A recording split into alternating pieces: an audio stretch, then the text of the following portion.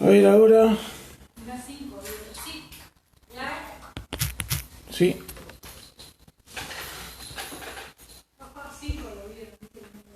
Ah, sí.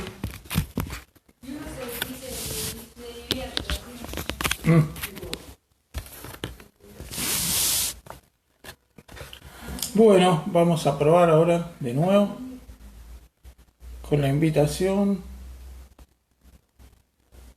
Ahí mandé. Ahí está.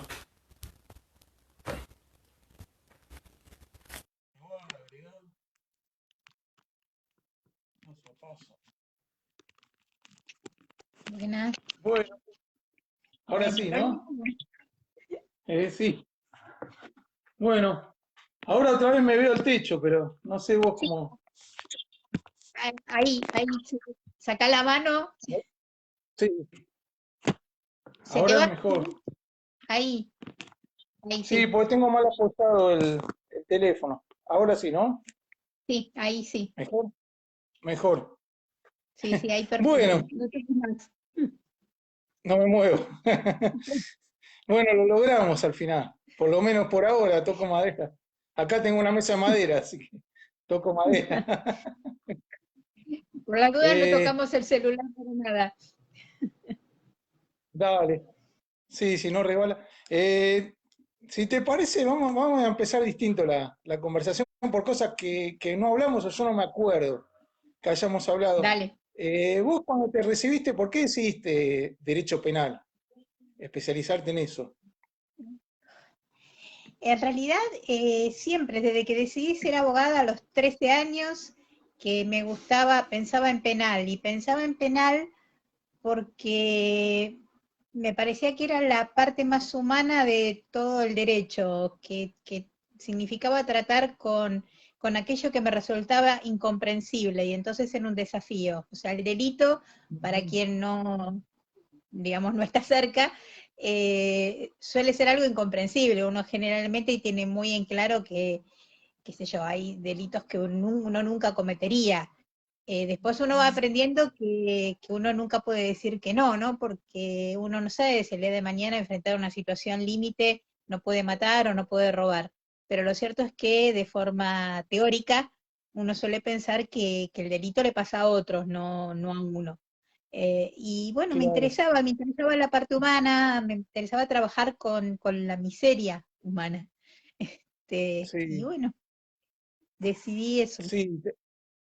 También como que se dice que hay que tener no sé si sangre fría o qué, ¿no? Para la parte penal ser un poco, como quien dice, no sé, porque ves todo tipo de casos. Bueno, hay algunos que dicen que ciertos casos no tomarían nunca, ¿no? Casos de secuestro, violaciones, ¿no? Pero de por sí son algunos delitos que son realmente como que es complicado afrontarlo desde la parte humana, ¿no? Sí, digamos, yo siempre me planteé que tenía un límite y el límite era donde yo iba a perder justamente el límite como profesional. Cuando no pudiera ser una buena profesional, entonces sabía que me tenía que correr. Y esto lo tuve muy claro desde el principio, pero era un desafío. Vos imaginate, yo tenía 21 años cuando me recibí, eh, Es y parecía de sí, 14. Parecía vos te sí, acordás, sí, parecía mucho sí, más sí, linda. Y bueno, la primera vez que claro. me tocó una defensa, me tocó un homicidio, y era una defensa pública, porque en ese momento era un programa especial que, no sé si te acordás, tenía la facultad, donde uno digamos, anotaba para ejercer defensas públicas como una forma de devolverle a la sociedad todo lo que la sociedad había invertido en nosotros. Y a mí me tocó un homicidio. Ah, Y sí, me acuerdo que la primera vez que fui a la cárcel, era la cárcel de Mercedes, y me tocó ir a ver a mi defendido, yo no lo conocía físicamente.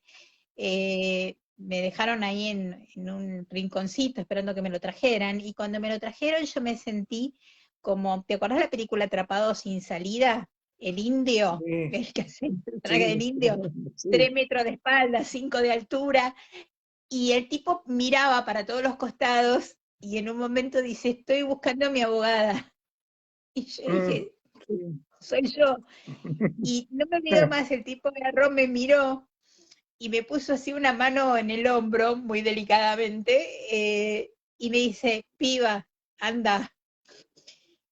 Mirá. Y claro, mi orgullo, te imaginás. Así que reaccioné tipo con un discurso feminista atroz en ese momento, y no sé, le cayó en gracia al tipo, y aparte, bueno, obviamente sabía que podía estar peor tener un defensor oficial que no se ocupara bien del caso, así que bueno, me aceptó y fue mi primera defensa. En esa primera defensa logré sacarlo con la pena mínima, que eran 8 años de prisión, sin desconocer que había sido el autor del delito, pero bueno, había algunas cuestiones atenuantes a la hora de la conducta, y el juicio oral fue muy divertido, yo siempre lo cuento como anécdota. Fue la primera vez que mis padres, y la única vez que los dejé, fueron a verme en un juicio oral. Y cuando terminé el alegato, mi mamá se paró en medio de la sala, el silencio sepulcral, y empezó, bravo, esa es mi nena. Y Mm. los jueces se mataban de la Ah, risa, y también. eh, Así que sí. yo no sabía dónde meterme, y cuando dieron la sentencia, terminó la sentencia, me felicitaron por la defensa, pero el presidente del tribunal me dijo, por favor, la próxima vez no la traiga a su mamá. No, pero es verdad que cuando uno empieza la profesión, si uno quiere ejercer como abogado, lo más cerca del ideal es el derecho penal, porque uno cree que sí va a defender los derechos de la gente, contra la injusticia. Lo que pasa, claro, hay que explicar también que es un derecho constitucional que toda persona tiene derecho a una defensa por más que haya cometido o no un delito. Después, en definitiva, el juez es el que va a decir qué es lo que pasó según lo que se pueda probar. La gente muchas veces asocia al abogado con el representado. Es una cuestión media automática que a veces ocurre, entonces dice, qué desgraciado el abogado, cuando en realidad el abogado está ejerciendo un derecho constitucional, que es algo básico, pero que bueno, que muchas veces la gente común tal vez no tiene también por qué saberlo, o sí, pero lo cierto es eso, ¿no? Sí, digamos, a ver, hay mucho de Perry Mason, mucho de Petrocelli, mucho de muchas series. A mí me hubiera encantado tener un representado que fuera Tyrone Power en Testigo de Cargo, por ejemplo, me hubiera encantado, pero la realidad Mm. no es esa, la realidad no es que en el último minuto te aparece la prueba que demuestra la inocencia. Una vez un prisión me dijo, mire, doctora, yo de este delito tal vez no soy culpable, pero soy culpable de muchos otros. Y esta es una realidad, o sea, Ujú. vos lo que pretendés como en el ejercicio de la defensa, por lo menos lo que yo trato de hacer y de inculcar a través del ejemplo y de mostrarle a mis alumnos, es el hecho de garantizar justamente un derecho constitucional. Esto no quiere decir que yo voy a salir a cenar con mi defendido, ni que lo voy a incorporar a mi Claro. familia o a mi grupo de amigos, sino que quiero garantizarle la mejor defensa dentro del marco, obviamente, de la legalidad. Yo voy a cumplir este año 35 años de recibida, y nunca tuve que robarme un expediente para realizar una defensa, jamás en mi vida. Todas mis defensas siempre Mm. fueron técnicas y fundamentadas. He tenido obviamente límites, como te dije antes, o sea, cuando yo sabía que no iba a ser una buena profesional en el caso en particular, me corría. Obviamente como defensora, cuando estuve haciendo defensas, digamos, oficiales gratuitas a través del programa de la facultad, uno aceptaba todo porque, bueno, era un cargo público en ese sentido, pero después como defensora particular he tenido mis límites, y cuando me di cuenta que esos límites cada vez eran más fuertes, decidí dejar, sobre todo Mm. después de casi 10 años, yo estuve de 10 años trabajando con chicos de la calle, y la experiencia realmente fue muy fuerte, y llegó un momento que fue terriblemente desgastante a nivel Mm. personal, y donde al principio, que yo no tenía, digamos, ninguna obligación familiar, como, digamos, vivía con mis padres, no estaba casada, me podía dar esos lujos, digamos, de correr riesgos, Ya después cuando uno forma familia, es como que, bueno, ves las cosas desde otro lado, ¿no? Claro, después quería volver porque yo creo que un poco te desilusionaste y después encaraste más para el lado de la investigación, pero te quería hacer una pregunta. Siempre a mí me llamó la atención, yo un poco, bueno, soy de tu generación, estudiamos prácticamente juntos. ¿Por qué? Pero no me dediqué mucho al derecho penal. Yo estudié creo que con Cabral, que fue mi profesor, que Mm. estudiábamos con el libro de Soler, básicamente. Eh, Era un juez tal vez catalogado, me parece, como de una concepción, no sé si dura, qué sé yo, ¿no? Pero yo lo que te quería preguntar, ¿por qué pensás que cautivó tanto? Creo que a vos también, pero a muchos estudiantes y creo que aún lo sigue haciendo el discurso de Zaffaroni. A ver, yo no reniego de mi experiencia con Zaffaroni, él fue profesor mío de Derecho Penal, Mm. luego seguí, digamos, con él en todo lo que tenía que ver con la parte académica, con una gran admiración, es una persona de una gran formación académica, Mm. y creo que sus teorías, que digamos se enmarcan dentro de lo que se conocía como la teoría finalista en nuestra época, frente a la causalista que por ahí era Soler, eh, creo que era interesante porque él tenía una mirada bastante sociológica que calaba mucho también en la época, digamos, a ver, remontémonos, estamos hablando del 83, 84 en Ujú. Argentina, primavera alfonsinista, inicio, recuperación de la democracia, en una generación como la nuestra que habíamos vivido todo el tiempo bajo dictaduras militares o gobiernos populistas como fueron el peronismo del 73. Y no teníamos otra memoria cívica más que Claro. esa. Mm. Y que éramos aparte la generación de Malvinas, digo, esto también hay que contarlo, ¿no? Entonces, es como que todo eso fue un cóctel explosivo y estábamos muy abiertos a todo un cuestionamiento acerca de la corresponsabilidad social, o sea, de ver al delito Mm. como un fenómeno social, que sigo creyendo que es un fenómeno social, Mm. y no pura y exclusivamente como un fenómeno criminal. En mi caso Mm. particular, mi desilusión con Zaffaroni, más allá de algunos fallos puntuales, que digamos, a ver, los fallos siempre están sometidos a crítica y a interpretación, como nos han enseñado, mitad de la biblioteca a favor, mitad de la biblioteca en contra, Mm. así que, digamos, las opiniones en ese sentido siempre fueron muy respetuosas y podíamos disentir sin ningún inconveniente. Mi gran desilusión fue cuando vi que un magistrado de la Nación, en ese caso era un juez de la Corte Suprema, tenía relaciones con políticos que no eran para mí las adecuadas ni las correctas para un magistrado Mm. de la Nación. Eh, y yo Mm. se lo hice saber, digamos, no es que me lo guardé ni nada por el estilo. Vos sabés que yo soy muy sincera. Sí, Eh, sí. Creo que lo dije y se lo dije aparte más como esperando una respuesta que me dejara contenta y convencida de que por ahí mi mirada era equivocada. Y no, la respuesta que obtuve Claro. fue una reafirmación de esta situación que para mí no era correcta, no era ética, para Mm. un magistrado de la nación, y ahí fue cuando me separé totalmente. Eh, Sigo manteniendo mis críticas nuevamente a algunos de sus fallos y algunas de sus visiones. Creo que en este momento a mí lo que me preocupa y que no es un fenómeno nada más que de Zaffaroni, pero por ahí, digamos, para el mundo del derecho es donde más evidentemente se ha hecho, pasa con Gustavo Ferreira también, por ejemplo, donde el conocimiento científico y la formación académica se supedita a la ideología política. Y ahí me parece que Mm. desbarrancas.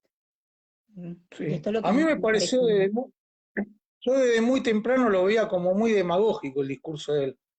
No solo por la abolición de las cárceles, sino que también le veía una mano como que siempre había un discurso político atrás.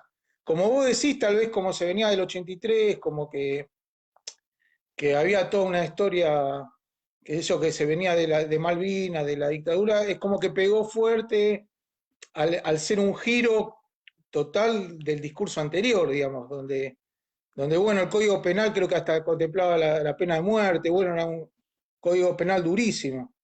Pero a Claro. mí siempre me pareció un discurso muy demagogo, ¿viste? Muy como para quedar bien, pero bueno, lo digo como neófito, pues yo nunca me especialicé en Derecho Penal. Aparte, yo tenía una concepción demasiado como, vos eras más radical, tal vez yo era más de centro derecha, liberal, de UPAU, ¿viste? Y qué sé yo, ya de entrada me chocaba el discurso, pero bueno, sí me llamó siempre la atención y que muchos chicos siguen como cautivados todavía con su discurso. Él ahora tiene que un programa de radio muy politizado ya, como vos decías, y muy hiperoficialista, ¿no? Qué sé yo, en un hombre de derecho, o sea, todos tienen ideología, porque todos tienen una tendencia política. Eso también es mentira decir que uno puede nada más ser juez, prescindir de todo lo ideológico, pero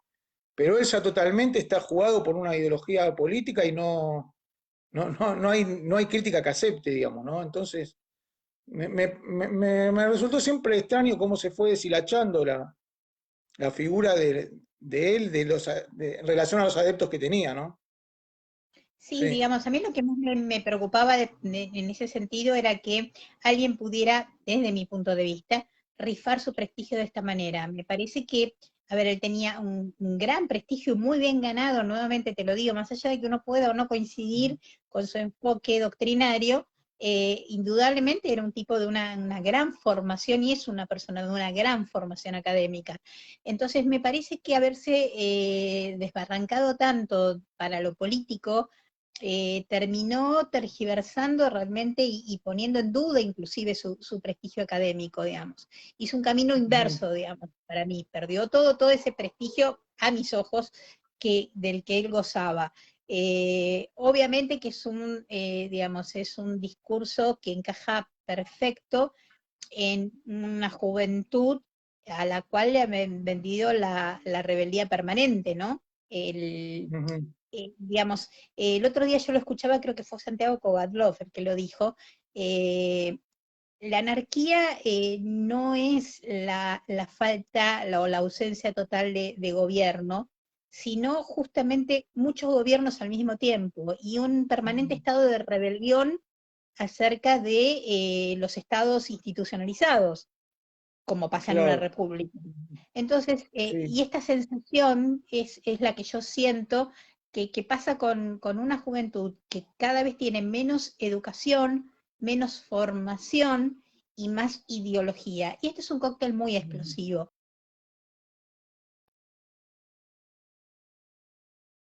Ahora, Se transforma en anarquía, ¿no?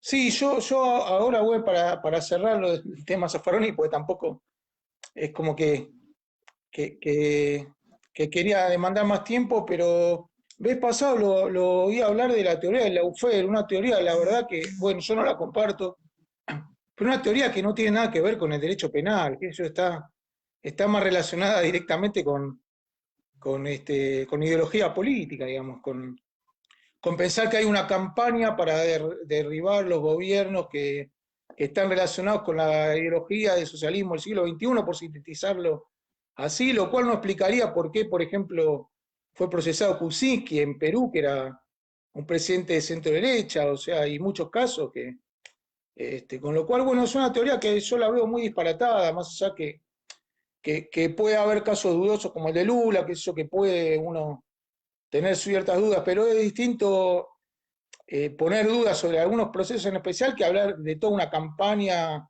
como que creo que vez pasada dijo que es como el Cóndor, el plan Cóndor llevado hasta la actualidad, el Laufer, una cosa que me Sí, parece muy descabellada. digamos, a ver, primero no existe, desde el punto de vista doctrinario no existe, es algo que han inventado ahora.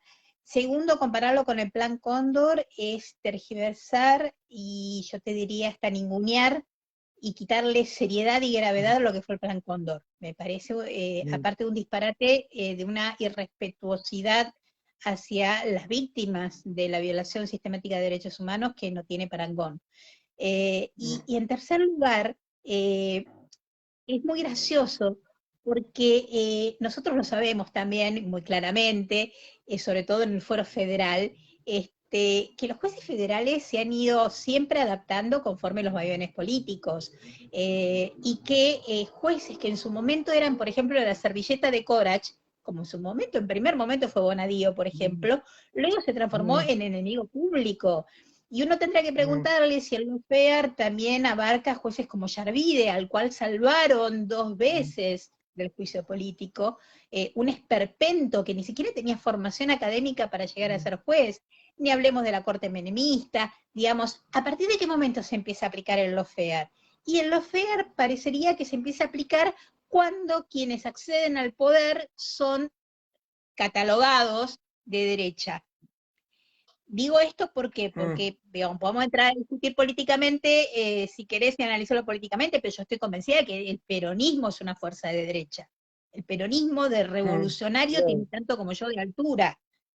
Entonces, sí. cuando ellos, digamos, critican a Macrigato, porque es un gobierno de derecha, lo cierto es que no hay nada más de derecha que el peronismo. Entonces, ¿cómo es esto? Entonces, por eso digo, hay que tener mucho cuidado, pero el tema del lawfare, yo lo he escuchado hablar también en Brasil, como obviamente muchos críticos de Bolsonaro, que no es un santo ni de mi devoción, ni nadie para andar defendiendo, porque, digamos, es un desastre por donde uno lo mire, pero de ahí a tergiversar lo que es el derecho, la doctrina jurídica del derecho y sobre todo el derecho penal, a tergiversar lo que es la función judicial, me parece que hay un paso enorme, ¿no? Y creo que esta gente lo está haciendo, acortando muy rápidamente. Sí, mi opinión es que siempre hay que ir a todos los casos en la individualidad, o sea, cada gobernante o cada persona, si uno va al fondo, es responsable de sus actos. Yo siempre estuve en contra de toda esa cuestión de querer englobar en una ideología las cuestiones de conductas personales o tipos penales. Y en concreto yo, por ejemplo, estuve muy en desacuerdo. Vos hablabas de Bolsonaro, que Bolsonaro haya nombrado a Moro como ministro, porque eso daba para sospechar, porque la verdad, ¿cómo vas a nombrar a un ministro que investigó al que era tu rival político? Ahora, eso no quiere decir de que sea o no cierto las imputaciones que se le hacían, eso es cuestión de demostrarlo en el fuero penal, pero una cosa, digamos, no es no invalida la otra, digamos.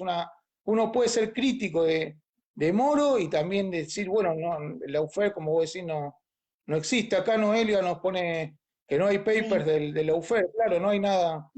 Bueno, no hay nada No, escrito, pero aparte es una teoría así construida en base a suposiciones y puramente ideológica, eso, obvio, sí.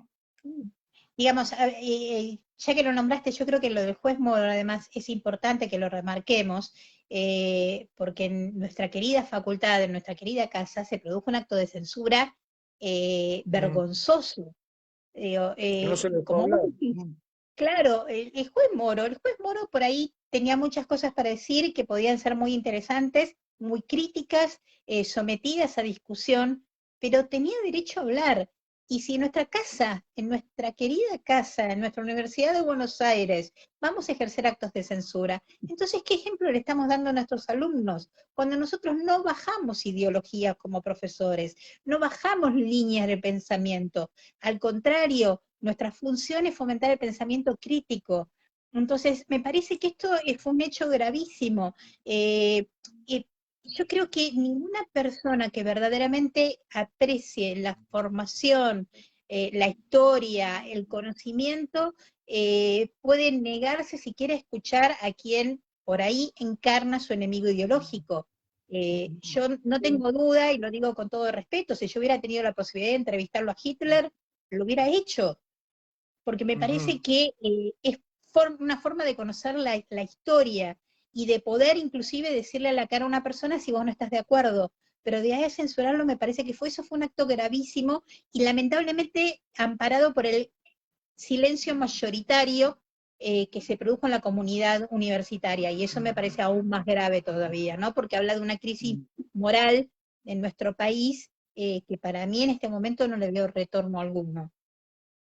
Bueno, algo parecido pasó con Vargas Llosa en la Feria del Libro hace unos 7, 8 años, que bueno, finalmente habló, pero se pusieron muchos obstáculos, hubo gente que bueno, le tiró huevos, bueno, no vale la pena recordarlo, pero digamos que no era un clima muy propicio para el debate justo en la Feria del Libro, acá en la Facultad de Derecho, o sea, son lugares justamente que tendrían que ser custodios de la libertad de expresión, pero bueno, sí, lamentablemente no pasa y es un poco el clima que está pasando no solo acá, ¿no? En muchos lados del mundo, de intolerancia y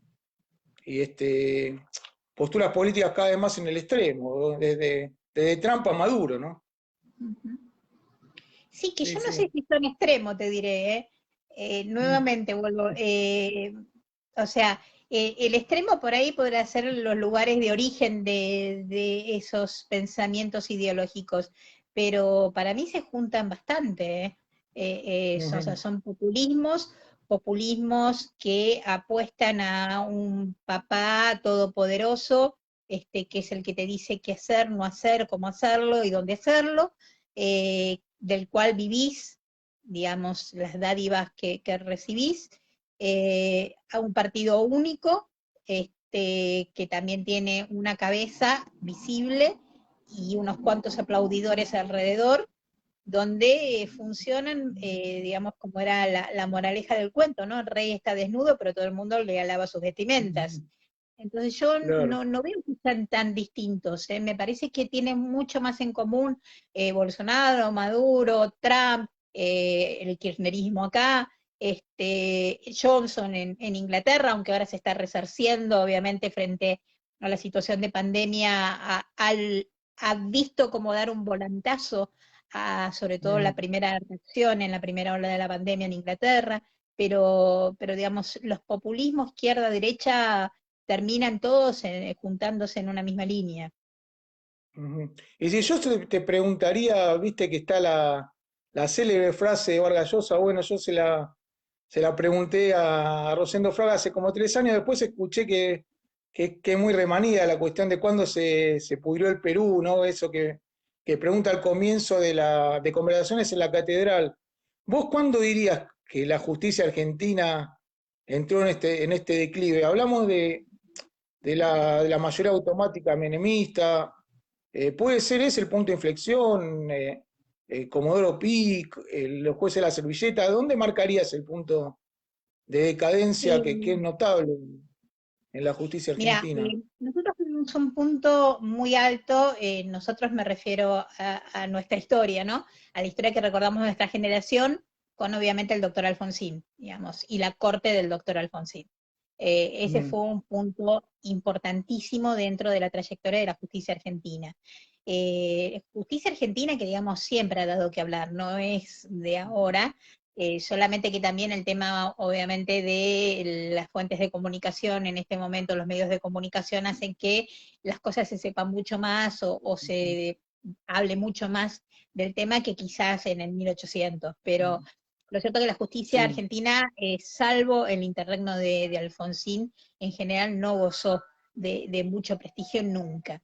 Yo sí Era, creo que era, era la corte, creo, de Caballero, Baqué, Petracchi, ¿no? Carrió y Belucio, ¿no? Que después, y fue, y claro, Fay, claro. digamos, era una corte que, recordemos, sacó fallos importantísimos para lo que eran las libertades individuales cuando recién estábamos saliendo de la noche de la dictadura. Había que animarse, ¿sí? Una justicia que juzgó a los comandantes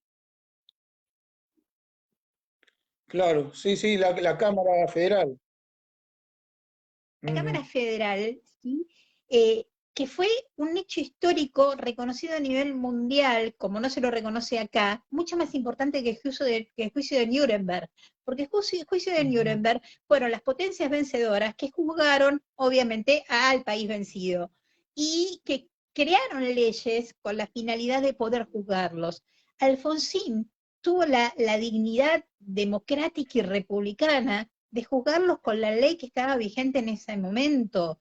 No modificó el Código Penal para juzgarlos, no les impuso un tribunal que no existía para juzgarlos. Fue un ejemplo en todo el mundo ese juicio, con ADEP armada, con los mejores músicos, como diría Piazzolla, y no con los mejores amigos, con gente que hizo un trabajo en poco tiempo y en circunstancias terribles para reunir prueba. Yo creo que eso realmente puso a Argentina y a la justicia en particular en un pináculo del cual descendió rápidamente. Y yo creo que sí, coincido con vos, me parece que el descenso vino quizás en los últimos momentos de Alfonsín, cuando ya, digamos, le habían hecho la vida insoportable, la vida democrática insoportable, y 13 paros de Gualdini, recordemos, pues es importante, si hay gente joven que nos está escuchando, ¿no? Recordemos la historia.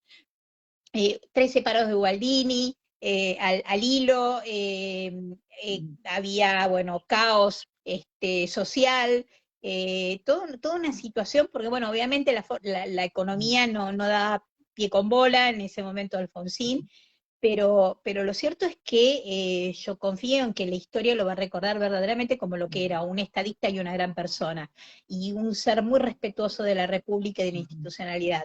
En el último Sí, tramo, cuando, bueno, y- hubo que, digamos, a ver, el tema de la evidencia de vida, el punto final, bueno, ahí empezó un poquito la debacle, pero el golpe de suerte se lo ensartó, obviamente, la corte menemista.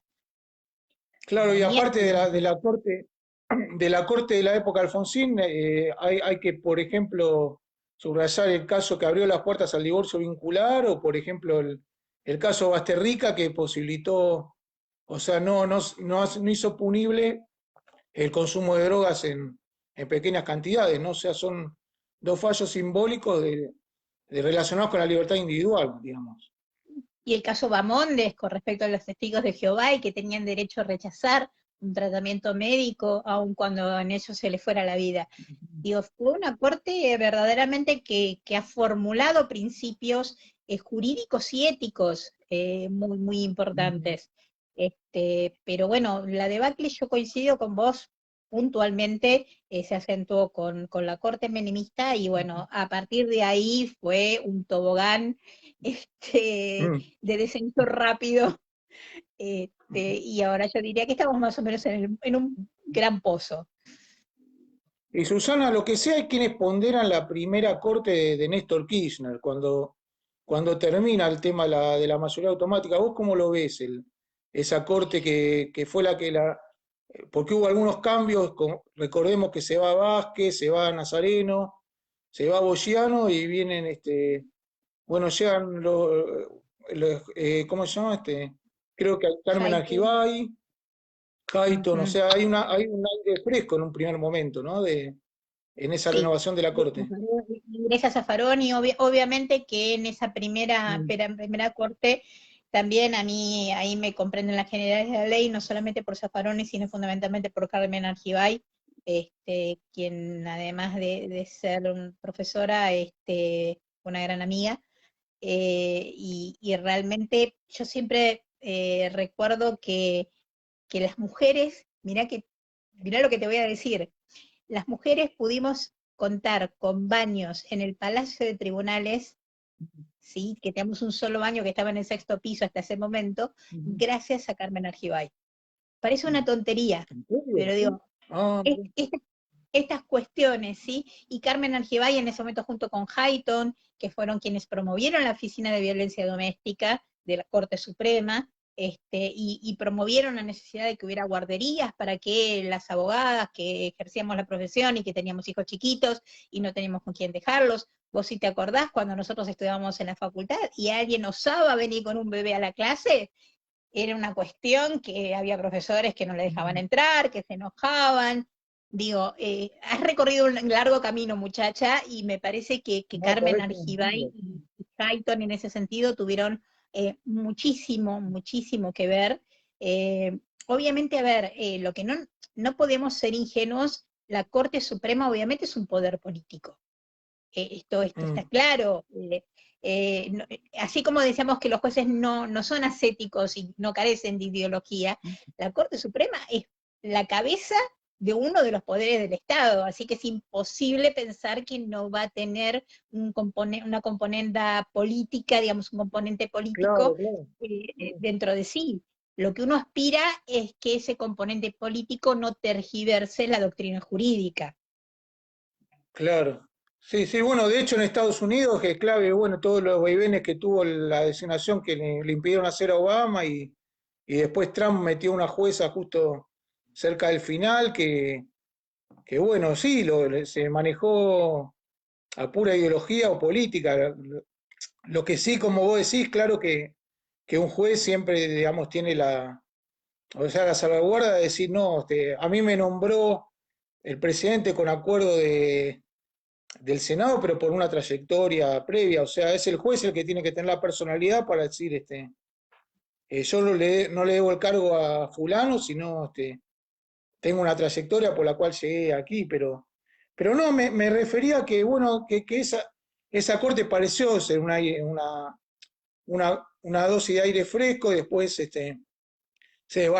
volvió a desbarrancar todo, un poco forzado por la política, por los intentos de perpetuarse en el poder, que son los que terminan afectando. Y yo estoy ahora, viste, ahora razonando, o sea, en vivo, como quien dice, en caliente, y bueno, veo que en los dos casos fue muy parecido, o sea, la mayoría automática surge cuando Menem necesita forzar los mecanismos institucionales para la reelección, para las privatizaciones, hacerlas por per saltum.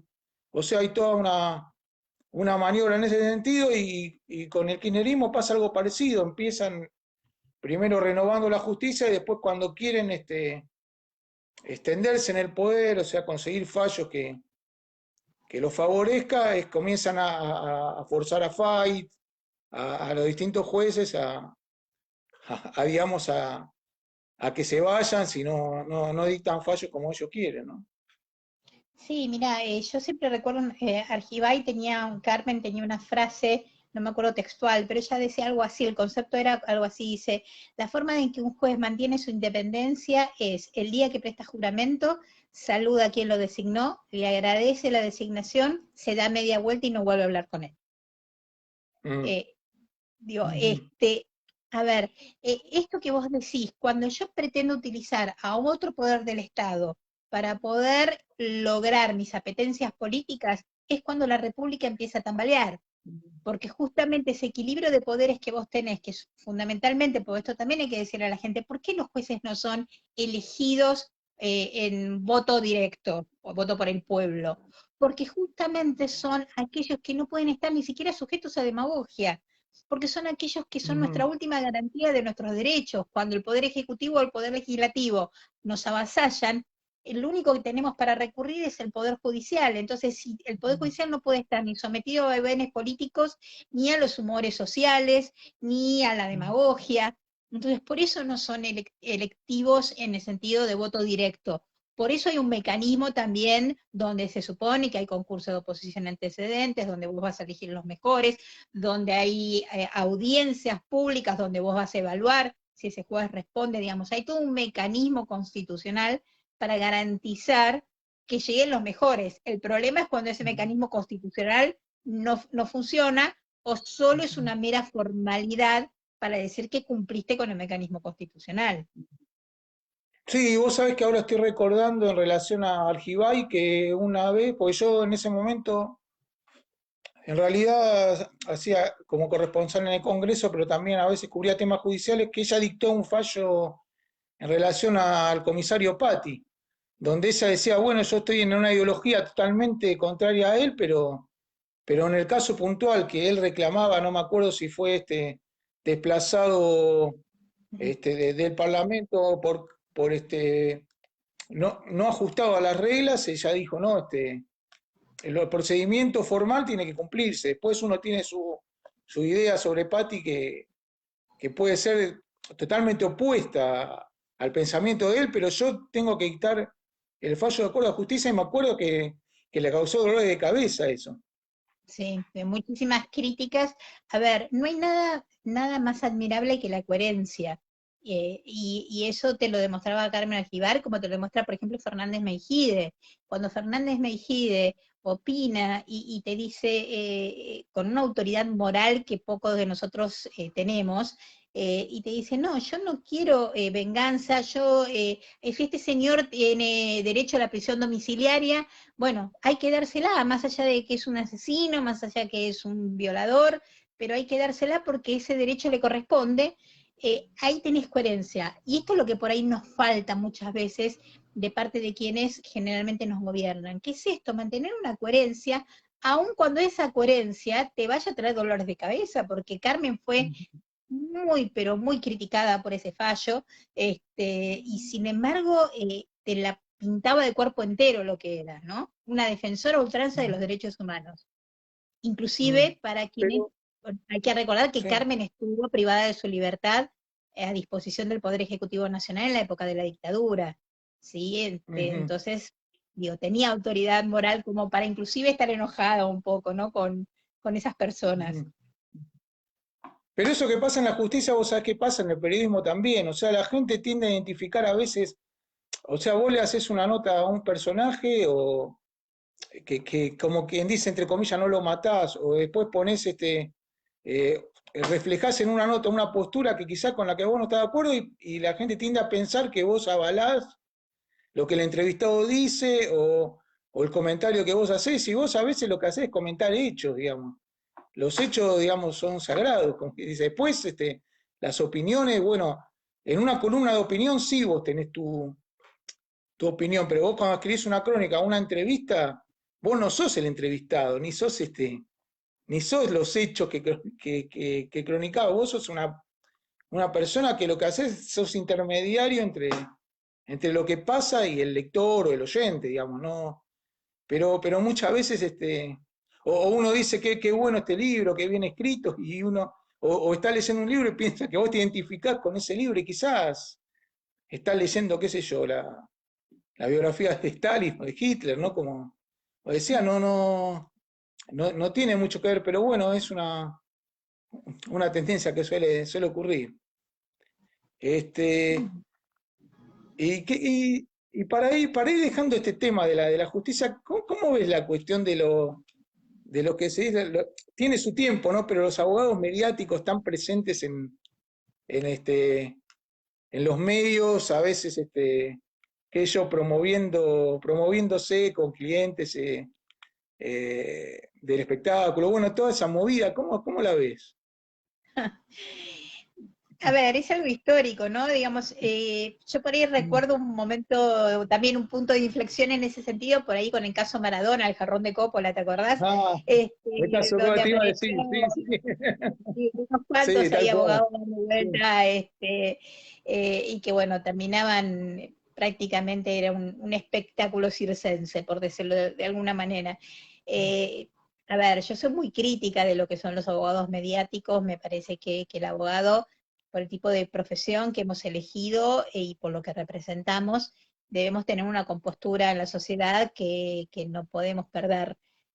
Y me parece que ese tipo de personajes, porque en realidad son personajes, terminan Mm, tergiversando lo que significa ser abogado, ¿no?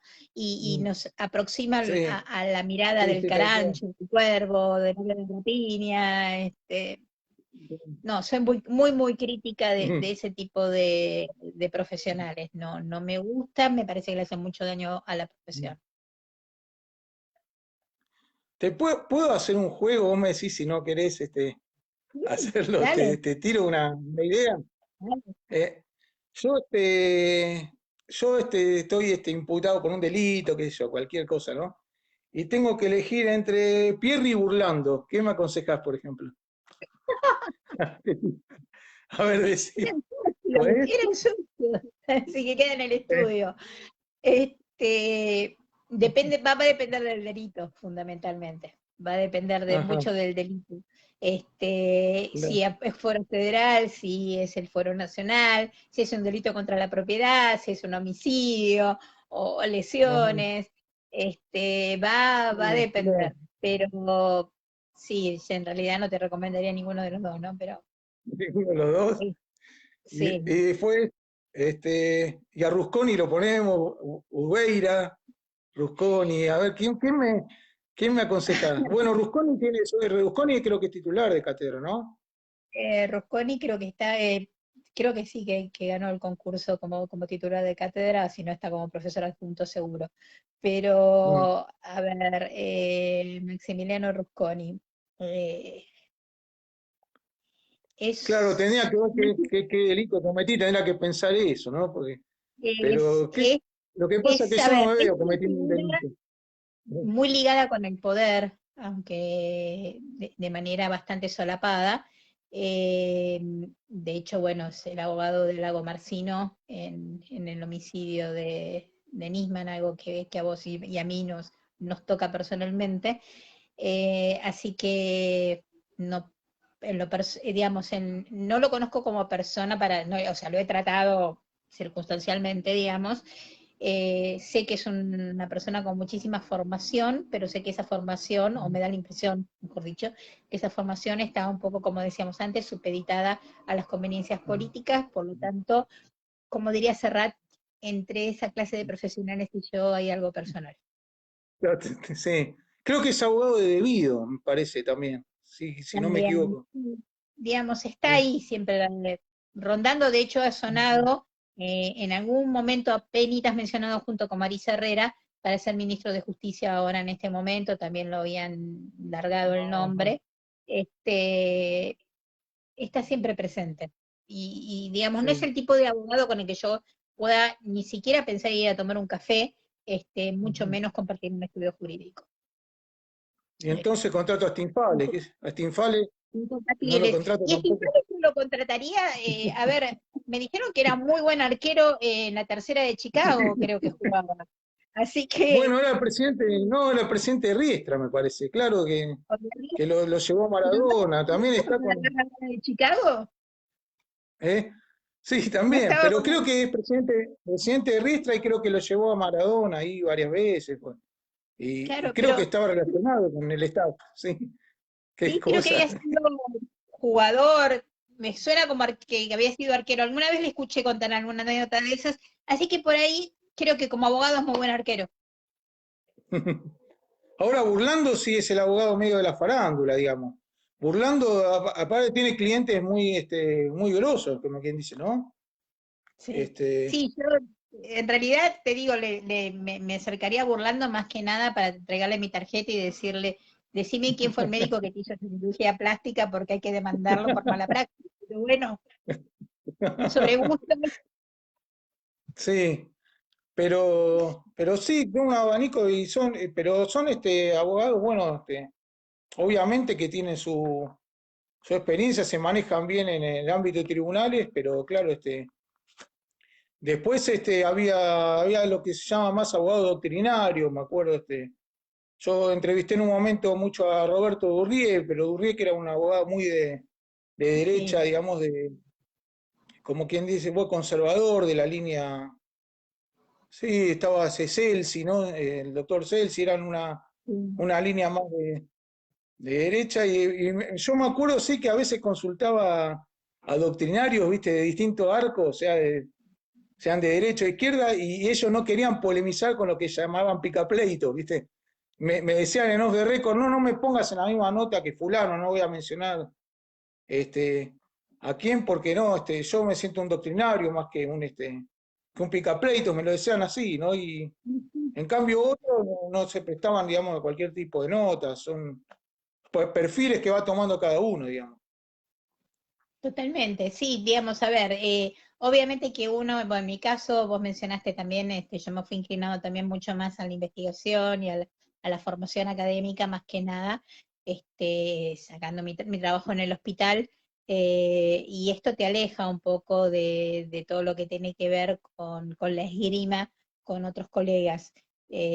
Colegas Mm. con los que, bueno, tienen su perfil, que uno puede estar de acuerdo o no, es su perfil, les resulta exitoso, obviamente, por lo tanto me parece que lo mismo pasa con Ana Rosenfeld, bueno, con toda una serie de profesionales que están muy relacionados con la farándula, por ahí uno tendría que por ahí preguntarles off the record, si el hecho de estar relacionados con la farándula hace que necesariamente tengan que aceptar cierto grado de exposición que uno como abogado en lo personal no lo aceptaría, pero bueno, eso lo desconozco. Sí sé que somos totalmente incompatibles. Digo, no es bueno ni malo, pero no es el tipo de profesional que yo trato de inculcarle a mis alumnos, ¿no? Para nada. Claro. Sí, sí, no, estoy pensando que si uno se divorcia, que no caiga tu mujer en manos de Rosenfeld, porque te mata, te saca hasta la heladera, ¿no? Te deja de en pampa y la vida. Qué bárbaro, pero claro, muchos son abogados que tienen evidentemente buenos contactos o se saben manejar muy bien con los jueces, porque suelen, digamos, tener bastante éxito, ¿no? Son cosas que no existen, pero que hay, que existen, como es como quien dice, Las brujas. que lo hay, claro, la bruja, pero que las Como hay. las hay que Sí, existen, existen. sí, Sí, vos viste que, a ver, hay mucho obviamente de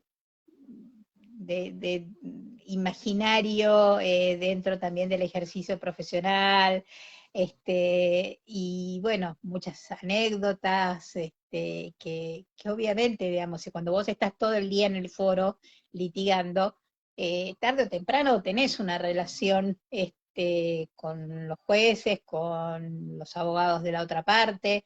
Yo siempre recuerdo, por ejemplo, que al principio te decían, ¿cómo puede ser vos defensora y el fiscal y que de repente termina el juicio, se estuvieron matando en el juicio, se dijeron de todo, termina el juicio y se van a tomar un café? Y porque somos mm, adversarios circunstanciales y no, si vos tenés sí, sí, claro que sí, ese es tu rol, ya está. sí, tal Pero cual, sí, sí, sí. obviamente, por eso Sí, digo, quizás quien representa la farándula y el juez que le toca un caso de la farándula, bueno, tienen algún tipo de código no escrito que permita ciertas actitudes que uno no las comparte. claro, el que nació un poco con el caso, que me acuerdo que se hizo conocer por el caso Coppola, pero que después tomó un perfil un poco más, no sé si serio, pero yo lo he visto representar en varios expedientes a personas importantes, fue Cunio Libarona. Porque Cunio Libarona, bueno, yo cubrí algunos casos ahí del sur y era bastante requerido, en casos bastante pesados, ¿no? Sí, a ver, Cuño en realidad, él venía de una familia Claro, claro. tradicional del foro, con muchísimo prestigio además, porque el papá era una persona de muchísimo prestigio, que bueno, luego en la época de Coppola rifó totalmente su Sí, prestigio lo y luego de arrancó. alguna manera se resarció de esa parte. Sí. Pero bueno, ¿Cómo desbarrancaron todos aquella vez? Sí, sí, sí, increíble. pero esto, uno Sí. dice, yo no sé de dónde habrán ido a parar esos archivos, porque si uno los expusiera en este momento en la televisión, uno no podría creerlo, sobre todo en esa época, Mm, porque en esta época estamos más acostumbrados, digo, al grotesco, ¿sí? Porque hay sí, sí, aparte estos reality por todos lados. Pero en ese momento debe haber sido el primer reality en el mundo, más o menos. Y sí, sí, sí, sí, era sí, desopilante, realmente desopilante, porque era una sí, mezcla de primeras figuritas que estaban tratando de hacerse el camino dentro de la fama, con señores ya entrados en años, vuelta y media a la vida, y con abogados que trataban de hacerse famosos, que yo creo que ni siquiera a los hermanos Marx se les hubiera ocurrido hacer no. semejante guión. ¿Viste? Pero No, no, ¿sabés que era, fue un fenómeno fue muy propio de los 90? Porque sabés que también pasó en Perú, que estaba lo que se llama la prensa chicha o no sé, la prensa amarilla, y había casos totalmente escandalosos, y tiene que ver mucho que ver con la frivolidad que había en el poder, ¿no? Y se transmitía eso automáticamente, no, no me preguntes cómo, porque yo no sé si hay un nexo directo, pero da la casualidad que en toda esa época era algo que pasaba en muchos lados, este tipo de presa, de escándalos, porque también tenían alguna relación con el poder. totalmente. Eran personas que tenían un poder mediático y a veces político también bastante fuerte, ¿no? Bueno, en Argentina lo teníamos el presidente de la Nación que mientras gobernaba conducía la Ferrari, se sacó como delito. Claro. Sí, sí, sí. Sí, bueno, y en Italia era la época de Berlusconi, claro. Berlusconi. Mira, Sí. yo con el tema de Berlusconi, si me permitís, tengo una anécdota muy graciosa. La última vez que fuimos con Mariano, con mi esposo, a Italia, estábamos paseando ahí por la Fontana di Trevi y de repente teníamos hambre y nos metimos en un barcito muy chiquitito donde había un partido de fútbol, no me preguntes quién jugaba, pero bueno, Mariano se entretuvo en el partido de fútbol. Tenía unos helados riquísimos, Mm. así que nos comimos primero una pizza y después los helados. Y había una señora que era la dueña del local, que era un personaje de Fellini. Era sacada de una película de Fellini esta señora. Y bueno, o Mm. sea, cuando se puso a hablar con nosotros, yo le conté que era argentina, era nieta de italianos, bueno, obviamente ahí empezamos a hablar, y en un momento salió el tema de Berlusconi, de uno de los tantos escándalos de Berlusconi, y me dice, en un tono bastante cocoliche, me dice, señora, dice, ¿qué marido no es putañero? Todos los maridos son putañeros. Dice, ¿le Qué vamos a hacer va. problema por eso? No, ¿para qué? Dice, estamos todos muy contentos. Yo me divertía tanto con esa anécdota, pero digo, no importaba que el tipo fuera políticamente un desastre, que fuera violatorio de los derechos humanos, que, no, que fuera corrupto. No, la anécdota era que el señor era putañero y estaba bien que fuera putañero porque todos los hombres, y me decía, su marido también debe ser un putañero. ¿Viste? Yo me reía porque tenía a Mariano al lado. Mi Digo, Mariano estaba ahí, esta idea, sí. Pero, claro, por eso digo, esta sí, idea bueno, de los 90, ¿no? sí, estaba mucho esa concepción y bueno, Berlusconi aparte tenía muy buena relación, por ejemplo, con el Vaticano, a pesar de todos los escándalos, porque era, estaba opuesto, digamos, a la izquierda, digamos, al Partido Comunista Italiano, estaba en las antípodas, entonces ya era como quien dice el mal menor, pero bueno, también pasaba con Menem que de pronto eh, tenía un discurso contra el aborto por un lado y por otro lado salía Zulema diciendo que había hecho un aborto, ¿no? Entonces era un poco la contradicción entre el discurso y la conveniencia, ¿no? Ujú. Sí, totalmente. Muy propio de esa época. Y entonces después, un poco qué fue desilusión que te llevó a terminar con esa etapa y encargar más el lado de investigación o un Em, desgaste tal vez del tiempo, no querer estar en el día a día de los juicios. ¿Qué fue un poco lo que te decidió a tomar ese camino? Fue un poco todo eso, fue mucho cansancio, realmente la forma en que yo había abordado la profesión desde ese punto de vista me demandaba muchísimo. Eh, Visto retrospectivamente tampoco lo cambié por algo demasiado tranquilo, pero bueno, Mm.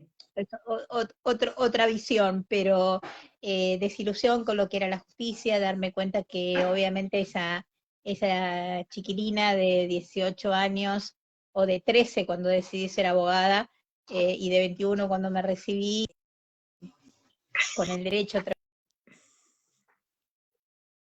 través del derecho, bueno, no le resultaba sencillo. Claro. Darme cuenta que por ahí era muy buena, sí en lo que era en acercarme a las personas que sufrían o que tenían problemas. Darme cuenta, o sea, yo siempre cuento una anécdota, cuando yo ejercía como abogada penalista, yo iba a las cárceles, iba a visitar a mis defendidos, he pagado de mi bolsillo los viajes a Mercedes, a Sierra Chica, era una época también, y esto también influyó muchísimo, donde el abogado era respetado dentro de la prisión. A nadie se le ocurría nunca tomar como rehén ni a la familia ni a un abogado. Eso cambió con Sierra Chica, con el motín de Sierra Mm. Chica. También eso fue una bisagra en ese Mm. momento para mí, donde dimensioné un poco los riesgos que yo hasta ese momento creía no ocurrir. Pero me daba Mm. cuenta, por ejemplo, yo llegaba he recibido cartas de la cárcel de distintos internos que yo ni conocía, Claro, yo era yo sola, entraba y todo el mundo me veía. Yo ver a todos los que estaban ahí de la cárcel era imposible o notar su presencia. Y me escribían pidiendo ayuda, me escribían tratando de contarme sus problemas, su situación, y yo contestaba e iba a verlos, a pesar de que no era su abogada personal. Entonces me di cuenta que por ahí podía alejarme del derecho penal sin alejarme de la esencia humana del derecho. Y Claro. eso, bueno, me llevó primero, obviamente, a focalizarme en la investigación porque siempre me gustó. Digamos, toda la producción académica es algo que a mí me encantó hacer siempre, y la hacía cuando ejercía la profesión a los tumbos, pero la hacía. Y después encontré mi lugar en el mundo en el hospital. Esto sin duda, ya hace 20 años que estoy, más de 20 años que estoy, y es mi lugar en el mundo porque amalgamé el trabajo que yo ya había hecho con los chicos en la calle, mi formación académica y el trato con el otro, que era lo que a mí me gustaba, lo pude amalgamar en un solo sitio. Y eso para mí Ujú. fue encontrar mi lugar en el mundo realmente. Claro. ¿Y pensaste en algún momento irte a vivir afuera o no, o no te cansó un poco el país, te desilusionó, decís, o tal vez es el Sí, tema de la familia que te tira a quedarte o pensás que las cosas pueden cambiar? ¿Cómo enfocás vos la realidad? no, en realidad, digamos, yo tuve oportunidad en algún momento de encontrar, de pensar en irme a vivir al exterior. Académicamente había tenido algunas ofertas, pero siempre, bueno, el tema de la familia siempre tiró. Te estoy hablando inclusive siendo soltera, ¿no? Pero bueno, el tema de los padres, mis padres ya son bastante grandes, Están en Mar del el tema de Plata. las Sí. niñas, era algo que me pesaba mucho, y era Mm. como que además uno siempre, por lo menos yo, siempre tenía la esperanza de decir, este país tiene el potencial para mejorar. Me equivoqué, obviamente, pero bueno, son las decisiones que uno toma en la vida. Eh, Tengo, por suerte, una gran relación con mucha gente del exterior desde el punto de vista académico, que a mí me reconforta y muchísimo. Y muchas veces me han dicho, ¿por qué no te quedás? ¿Por qué no venís? Pues esto, lo otro. Pero bueno, a esta altura de la vida también uno piensa que uno ya está grande y pensar en digamos, un reacomodamiento en un país extranjero, eh, bueno, a uno le cuesta visualizarlo. Pero sí, uno cometió, entre comillas lo digo, el error de pensar en que este país que nuestros abuelos hicieron tan grandes, tenía un potencial como para seguir creciendo, y la realidad se impuso con el peso de un elefante. Esto Ujú. lamentablemente no es así, y soy bastante pesimista, o como dice un viejo dicho, ¿no? Un pesimista es un optimista bien informado. Este, Mm. Soy un poco pesimista acerca del futuro del país porque realmente veo que cada vez vamos más en debacle, pero tengo una gran admiración, lo digo, la gente que me conoce lo sabe, por la cultura anglosajona. Tengo una enorme, Ujú. enorme admiración por la cultura anglosajona, sobre todo por lo que tiene que ver con, como ellos dicen, the rule of law, con la vigencia del Estado de Derecho. Sobre todo si me tengo que focalizar más en lo anglosajón inglés y no norteamericano, o como ejemplos Nueva Zelanda o como Canadá, que me parece que son lugares que, más allá de obviamente de determinadas dificultades, a mí me resultan realmente admirables. Yo tuve la oportunidad de compartir un congreso y una mesa sobre eutanasia con el presidente de la Corte Suprema de Canadá y un legislador conservador canadiense. eh, Hacía poquito que habían legalizado la eutanasia en Canadá a partir del fallo Carter, y bueno, nos tocó compartir mesa, y cuando terminó la mesa nos quedamos charlando. A mí me maravillaba porque el legislador conservador, ¿sí? Se apegó a los términos del fallo de la Corte. El fallo de la Ujú. Corte les había impuesto 2 años para legalizar, y en 2 años legalizaron. Y cuando le Ujú. pregunté, me dice, doctora, esto era muy simple. La Corte fijó un piso mínimo y eso no se discutía. El resto lo podíamos discutir, pero el piso mínimo no. Y el presidente de la Corte, cuando les pregunté por qué Canadá, más allá, recalco, de ciertas cuestiones, obviamente, que tienen todos los países, pero por qué funcionaba tan bien, sobre todo comparativamente a los países latinoamericanos, ¿no? Me dice, doctora, esto es muy sencillo. La población respeta y cree en la justicia y en la educación. Son nuestros dos Mm. pilares. Yo Y ahí te das mientras, cuenta. mientras, sí, no, mientras vos hablabas, yo te iba a decir, sí, yo te leí hablar o escribir muchas veces muy bien de Canadá, que creo que es como que vos lo tomás como un país de referencia, no sé si decir modelo en la parte judicial o social, pero justo te iba a preguntar qué país vos tomarías como modelo y me pareció haberte Sí, leído bien. muchas veces mo- este, most- eh, como quien dice, sí, hablar como del modelo canadiense como una aspiración o no, no sé si, porque son sistemas muy distintos, pero como un país modelo, digamos, ¿no? Sí, pero vos fíjate que a mí realmente tengo una, aparte de haber tenido la suerte de conocerlo y ir unas cuantas veces, tengo una gran admiración por Canadá porque, a ver, es un sistema de salud público con una salud pública que realmente funciona muy bien, un sistema jurídico, y esto es con mentalidad nuevamente anglosajona, ¿no? Donde el respeto a la norma se impone, pero no porque uno tiene miedo a la reprimenda, sino porque es lo que hay que hacer, el famoso deber ser de Kant.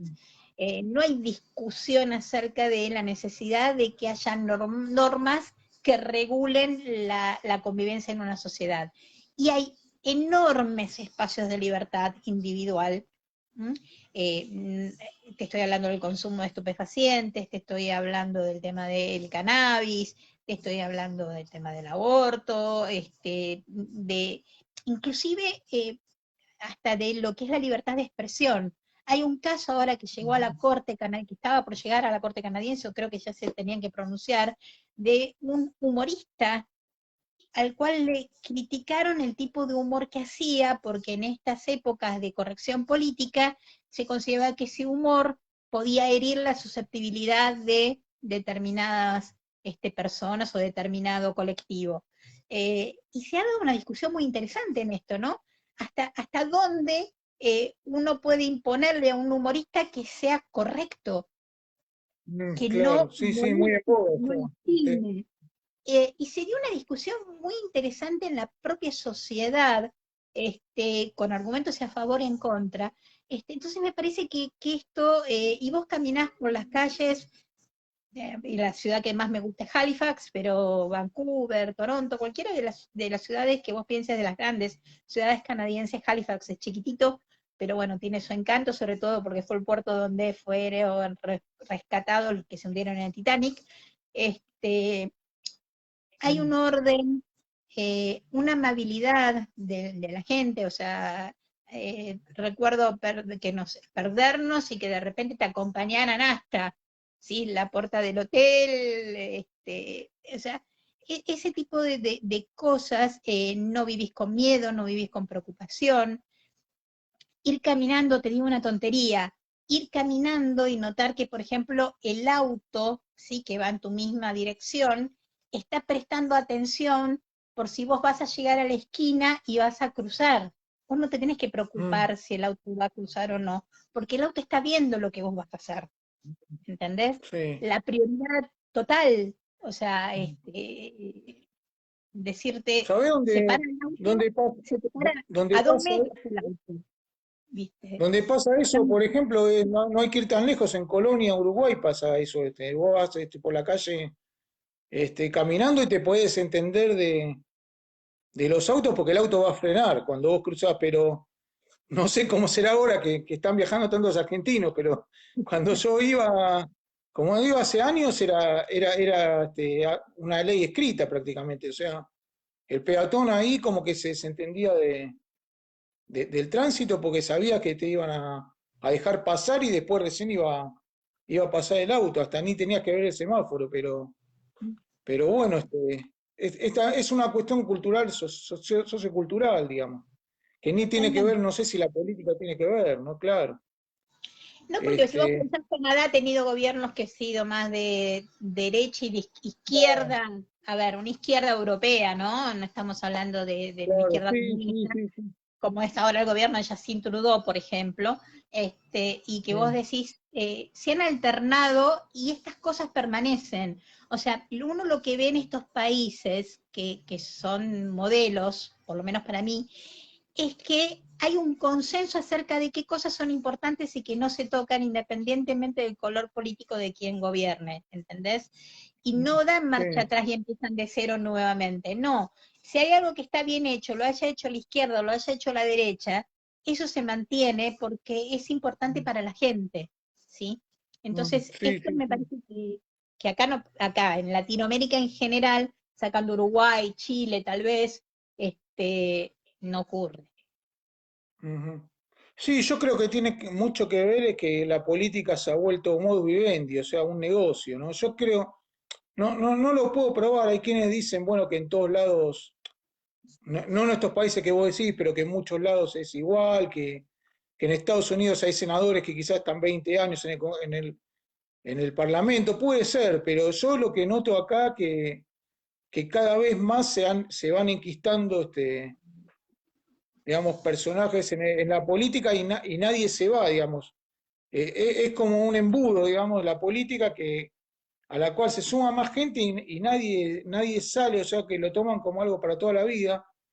Y el sector privado cada vez está más achicado y yo eso es lo que no le veo, no le veo vuelta. O sea, yo creo que Formosa es un espejo chiquitito de lo que es el país, que claro que está sobredimensionado, porque hablamos de provincias lamentablemente este, que pasan de caudillo en caudillo. En el caso de Formosa es siempre el mismo, pero digamos que puede cambiar el nombre de la provincia, pero no demasiado ese contexto, porque ¿qué pasa también? Si vos tenés una provincia donde el 70% casi son empleados públicos, es un mercado cautivo que vos no...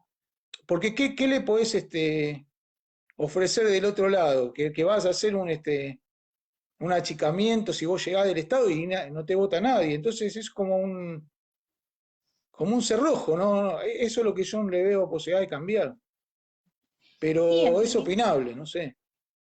claro, en realidad, digamos, el problema, por lo menos que yo veo, que coincido con vos, o sea, la política se transformó en un modo de vida, cuando en realidad la política era, si nos vamos a los griegos, ¿sí? La res pública, ocuparse de la cosa pública, ocuparse de las necesidades de los ciudadanos. Y el que era, el que se hacía cargo de eso era un servidor público. O sea, y eso se ha tergiversado totalmente, al punto tal que vos tenés gente que llega a la política con una remera y un pantalón y se va con fortunas. Y eso Mm, no es en ningún país serio del mundo donde vos te puedas enriquecer en la función pública. Y hay también esto que vos decís, ¿no? De que en provincias feudales, como tenemos la gran mayoría del interior en Argentina, este, que viven del empleo público, cuando ser empleado público, ser funcionario público era un honor, ¿sí? Ahora se mm, tergiversó claro, totalmente, entonces, yo siempre a veces suelo reírme porque digo, bueno, a veces el empleo público termina siendo una gran familia, en la cual yo he metido las veces, la pata muchas veces, porque como no desconozco mm, las internas familiares, no conozco, perdón, las internas familiares, y a veces he hablado con quien era el amante de uno, y resulta que yo no tenía ni idea que era el amante, y me puse a criticar o a cuestionar una determinada decisión. Digo, estas cuestiones, y está el perro, el gato, la tortuga, el loro, que también son parte de la familia. Entonces, digo, esto ha tergiversado lo que es la función pública y lo que es ser servidor público. Reitero, en una sociedad donde se ha destruido la educación, Entonces, cuando vos destruís la educación y el único amparo que tenés es el trabajo dentro del Estado o vivir de subsidios, obviamente no tenés Mm, forma de construir una gran nación a partir de eso. No la hay. O sea, claro. yo siempre pongo el Ujú, ejemplo, o sea, mi abuelo que vino de Italia huyendo de la Primera Guerra Mundial, analfabeto, tuvo 8 hijos y 13 nietos, todos educados en la escuela pública y todos profesionales universitarios. Era la época de mi hijo el mm, doctor, era la época de decir, ujú, no te preguntaban, ¿vas a seguir estudiando? No, te preguntaban qué querías estudiar, pero no había duda que ibas a seguir ujú, estudiando. Porque la frase de nuestros viejos, si vos te claro. acordás, Claudio, era tu única obligación es estudiar. Y teníamos Mm, encima la ventaja de decir, no trabajamos mientras estudiamos, que esa era mm, otra cuestión, donde nuestros viejos no querían que empezáramos a trabajar porque querían que nos recibiéramos. Entonces digo, todo eso ujú, cambió muchísimo en la actualidad, ¿sí? claro. Y esto es preocupante, muy preocupante. Y en el nivel de docencia, en la Facultad de Derecho, por ejemplo, vos estás viendo un cambio, como quien dice, una baja de nivel, o pensás que se mantiene el nivel, porque bueno, también también es un tema que viene de antes, porque bueno, también en nuestra época uno decía qué va a pasar con tantos abogados, pero yo me tocó hace un par de años ser ayudante de cátedra y digo, da el país para tantos abogados, qué sé yo, pero siempre pasó, ¿no? Ese debate, pero no sé cómo lo ves, el tema de la cantidad de egresados que hay y el nivel académico. ¿Cómo ves esos dos puntos? Sí, digamos, a ver, abogados siempre hubo un montón como médicos. Digamos, el Mm, otro día en una reunión de médicos creo que me contaron que acaban de ingresar en la UBA de medicina 10.000 estudiantes. O sea, mm, no hay claro. forma de que vos puedas cobijar a semejante cantidad de estudiantes al mismo tiempo. Esto tiene que ver que, bueno, los nuestros son profesiones muy tradicionales. Hoy en día por ahí con la informática, la tecnología, ha hecho que los más jóvenes por ahí se inclinen a otro tipo de carreras, pero lo cierto es que, a ver, son profesiones muy tradicionales, es muy difícil decir cuántos abogados tenemos y si son suficientes o son demasiados. Me parece que por ahí yo me focalizaría más en la formación que damos. Mm, Eh, y esto, si bien yo me he quedado con doctorado y posgrado, no estoy en grado ya, lo cierto es que uno va viendo desde el tema de las faltas de ortografía, que a mí me ponen totalmente de la nuca, a que la dificultad en la comprensión de texto, hay dificultad para la comprensión de texto, donde está claramente, para quienes venimos de una generación anterior, no es lo mismo leer en pantalla que leer en el papel. No es lo mismo. La comprensión de texto es totalmente distinta, la concentración que requiere. Yo en el libro lo único que hago es si quiero mojarme el dedo para pasar la hoja. Es la única mm, distracción que yo tengo al momento de leer. claro. Cuando Sí, estoy en sí, la sí. computadora tengo que agarrar el mouse, corro, me tengo que acercar, cambiar los anteojos porque no veo absolutamente nada. Digo, hay toda una cuestión que tiene que ver con la concentración. Los chicos de ahora son chicos que no tienen concentración. Son chicos que todo pasa ya inmediatamente. No hay forma de que se permanezcan 20 minutos quietos con el culo sentado en la silla porque no lo soportan. Entonces, son chicos con poca concentración, son chicos que no han sido educados en la frustración y eso habla mal de nosotros como adultos. Mm, Sí, o sea, como siempre, nos hemos pasado de mambo. De mm, una educación estricta en reglas y en modales, pasamos a no hay que corregirle las faltas de ortografía porque se frustra, no hay que retarlo porque tal cosa, no hay, sí, no. es Eso un es un tema así, disparate complejo. por donde lo Sí, mires, sí. porque no pueden manejar la frustración en los chicos, o sea, en este Mm, momento. Y todo eso repercute en una formación poco academicista. Yo el otro día leí una nota muy buena del doctor Luciano Román, que escribe en La Nación, que él decía, todo esto se ha perdido, y lo digo entre comillas, el estudio de memoria. O sea, mm, hoy en día el tema de la tecnología hace, vos y yo estamos conversando y no nos acordamos de tal hecho, vamos a Google y lo buscamos.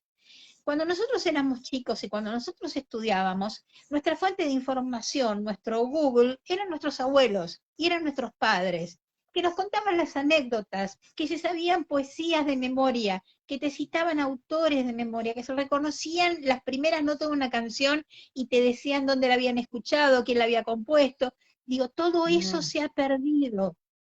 ¿Sí? sí, Los chicos no saben buscar información como buscábamos nosotros en la biblioteca de la corte, por ejemplo. mm, No sí, sí, saben. sí. Entonces, Bueno, yo me todo acuerdo, eso...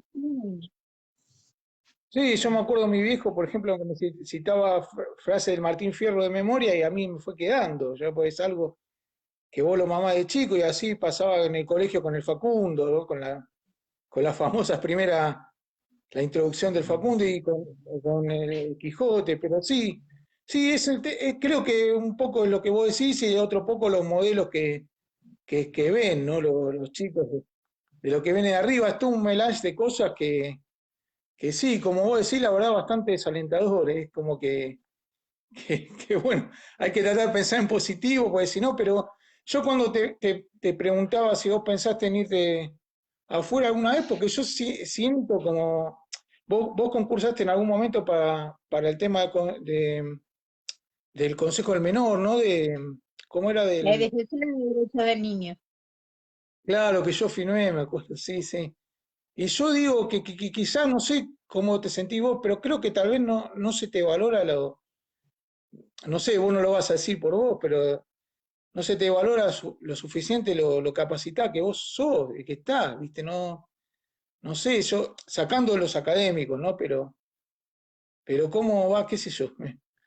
Pero se ve que yo, por ejemplo, tal vez no conozco tanto de idiomas, me falta alguna formación, pero yo si no, la verdad que dudaría de quedarme acá, está el tema de la familia también, pero uno siente una especie de frustración, ¿no? ¿Qué sé yo? Pero bueno, Sí, a ver, no, yo, si te tengo que decir, bueno, tengo de repente muchísimo reconocimiento de quienes son mis compañeros, tengo un reconocimiento, sí es cierto que por ahí tengo más reconocimiento que me pasa desde el exterior que de mi propio terruño muchas veces, pero bueno, pasa también en este país, digamos, donde nuevamente no se valora, cuando vos ves cómo estamos, que no se valora ni el mérito, ni la formación, ni el estudio, te das cuenta que obviamente no vas a valorar a la persona que se dedicó, digamos, mm, exclusivamente o casi exclusivamente a eso, donde, digamos, se privilegian otro tipo de miradas que por ahí uno no las comparte porque las considera demasiado simples, por decirlo de alguna manera. Entonces, bueno, sí, te pasa, pero uno sabe también cuál es su lugar. Digo, yo tengo muy en claro que cuando yo sí me presenté a Defensora de los Derechos del Niño a concursar, había mucha gente que me decía, bueno, no, pero necesitas tener un padrino, esto, lo otro. Y mi respuesta, bueno, vos me conocés, ¿no? Pero mi respuesta por ahí para la gente que no me conoce fue, si voy a fracasar por mérito propio. O sea, mm, no me claro, interesa tener a alguien que me facilite el camino, sobre todo que me lo facilite un camino que yo mm, no quiero transitar, por decirlo de alguna sí, manera. O sea, yo creo en la integridad científica, creo en la integridad académica, y eso es lo que trato de transmitirle a mis alumnos, a mis compañeros. Reconozco que tengo un carácter muy difícil en ese sentido, que soy muy estricta, porque así me educaron pero también. sí, pero sabés que me hiciste pensar, yo me pasó de veces presentar algunos proyectos y encontrarme enseguida con la pregunta, ¿y de parte de quién venís? Le digo, no, pero creo que quiero presentar un proyecto. Después te digo que mi trayectoria, que yo, ahí te pongo mi currículum. Pero esa pregunta siempre, ¿quién de parte de quién venís? ¿Quién te sugirió? O sea, ¿quién te recomendó? Digo, como que se te cierran las puertas si vos no venís como lo que vos decías, un padrino, ¿no? Es una cosa que claro, y los pibes ven eso, lo mismo, yo hice un trabajo para docencia sobre, creo que alguna vez lo comenté, de la cantidad con una cantidad de chicos que están casi egresados y ellos decían, bueno, mi meta es, no todos, pero más de la mitad, mi meta es llegar a un cargo judicial, pero sé que necesito la recomendación de fulano, de Mengano. Y es algo, viste, doloroso, porque vos decís, tendría que alcanzar con tu capacitación, después vos competirás y si hay otro más preparado, bueno, quedarás afuera, pero no puede ser que lo que vaya adelante sea la recomendación, el padrinazgo, pero bueno, cosas que vienen de tiempo. Sí, digamos, a ver, yo me acuerdo inclusive las veces que por ahí he sido miembro informante en el Congreso frente a algún proyecto de ley, por ejemplo, y que uno lo que siente es que te invitan nada más que para la formalidad, porque te das cuenta que Mm, no te están prestando atención cuando estás hablando. Entonces vos decís, bueno, eso es imposible lograr salir adelante si vos no tenés de parte de los hacedores de las leyes interés en lo que vos puedas decir, aunque sea para contradecirte, porque digo, el ejercicio también está bueno cuando alguien no sí, está de acuerdo con vos y te plantea desafíos. Está genial. Yo muchas veces, por ejemplo, trato a veces con mis alumnos en doctorado, en el posgrado, cambiar roles. Entonces, si vamos a hablar, pongo el tema de aborto o eutanasia, bueno, yo quiero que me defienda la postura a favor del aborto quien está en contra, porque sí, yo quiero sí, que fue un salgan de su ejercicio que zona de se hace. confort, ¿entendés? Quiero que sepan Ujú, argumentar, porque a mí lo que me interesa es que sepan defender ideas. Entonces, ujú. cuando vos notás que los hacedores de las leyes, uno se pone a mandar mensajito con el celular, el otro pide un café, el otro se levanta y habla con el asesor que tiene al lado, y vos estás hablando y nadie te presta atención, yo se lo puedo admitir de mi marido, pero no de los legisladores, ¿entendés? Me parece que no va. No, tampoco de Mariano lo podemos aceptar, pero bueno. Después de 27, casi 27 años juntos. Y para ir cerrando, güey, había pensado en hacer un clásico de River San Lorenzo, ¿eh? ¿Por qué sos hincha de San Lorenzo? Por tu padre, ¿no? O Cuando por... nací, mi papá lo primero que hizo, creo que antes de anotarme en el registro civil, me hizo socia de San Lorenzo.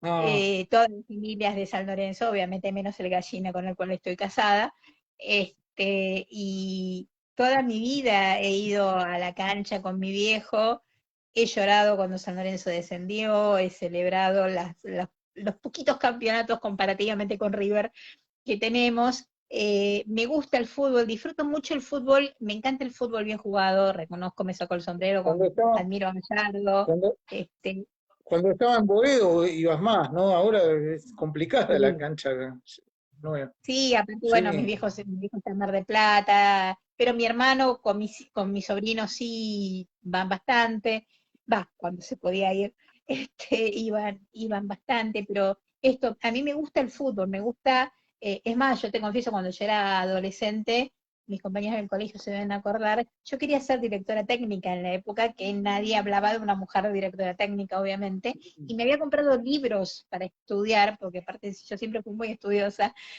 para estudiar tácticas de fútbol. Entonces me gusta mucho ver fútbol, disfruto el fútbol bien jugado, realmente lo disfruto. San Lorenzo en este momento es un dolor de oídos crónico, Bueno, pero son con, momentos, pero son bueno, etapas. queremos que hoy Eh, podamos ganarle a Universidad de Chile, perdón a mis amigos chilenos, pero bueno, esperemos poder ganarle, pero sí, en casa somos obviamente muy futboleros, con Mariano, que mira todos los partidos que existen sobre el universo, ¿no? Pero, ¿Qué te este, iba a decir? ¿El ídolo máximo de San Lorenzo quién es para vos? uh, para mí, eh, Porque River tiene un escalafón que creo que es La Bruna, Alonso, no sé si... Sí, de los puede que ser. yo vi, Los más veteranos hablan de Walter Gómez, ¿no? Pero bueno, creo que La Bruna y Alonso están bien en el podio. Filiol, me parece que ustedes también lo Filiol también, tienen. yo Filiol también pensaba, pero como Filiol también estuvo bastante en Racing y en... Mm. está bien que River hizo la trayectoria más importante, pero creo que Filiol también fue muy grande en la selección argentina y en Racing, ¿viste? Pero sí, pero en River fue una figura descollante. JJ López. A Sí. ver, de los que yo me acuerdo, sí, pues, digamos, no me puedo ir a los Carazús y decirte Beira o Doval, porque yo apenas tenía un año más o menos. Pero de los que yo me acuerdo, y te puedo nombrar Fischer, por ejemplo, que era un 9 maravilloso, Sí, sí. grandote, un tipo bastante hosco parecía, pero realmente era un jugadorazo. Escota, obviamente, Escota, no me lo puedo olvidar, un 7 Yo lo vi que jugar. te, per- El te gringo Escota sí, perforaba, que rompía la red. te perforaba la red. Mi viejo siempre decía que además del balón de oro y el botín de oro, le tenían que dar el calzoncillo de oro, porque era una cosa maravillosa como jugador.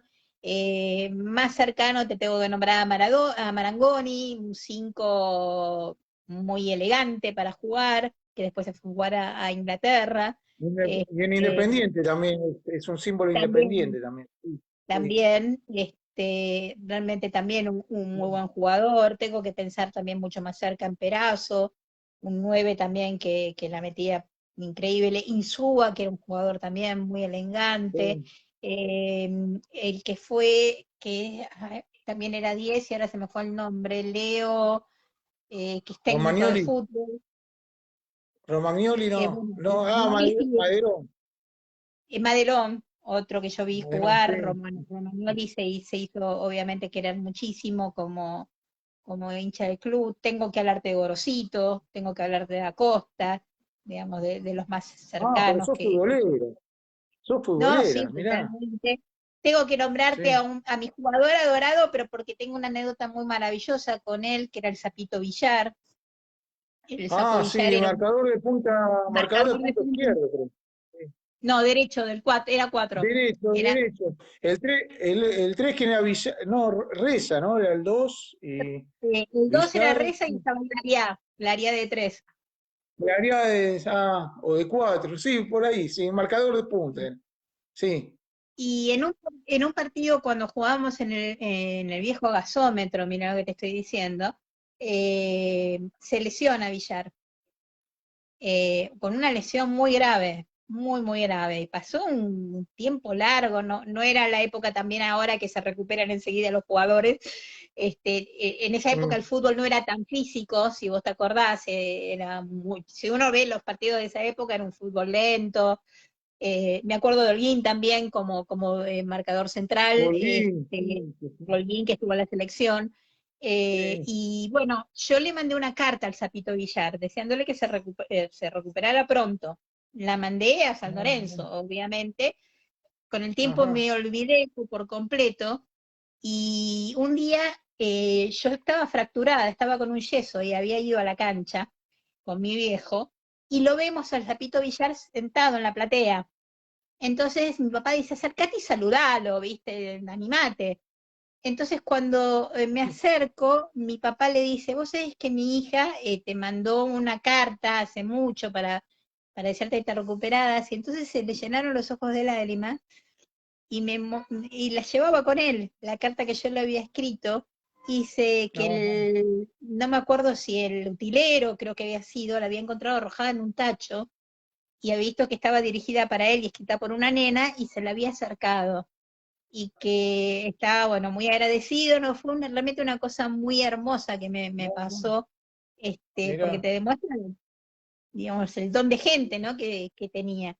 Así que sí, me acuerdo de todos esos jugadores, me acuerdo de Butiche, era muy chica con Butiche, pero me acuerdo de Sí. Butiche que es el arquero. Arquero, sí. Me acuerdo de Chilaver, que tuve el gusto de verlo un día en el hospital, porque ayuda muchísimo a los pacientes de Paraguay que vienen para nuestro hospital, y no me animé a decirle, viajé con él en el ascensor y no me animé a decirle que Es lo que había te visto asusta, jugar. que te asusta un poco.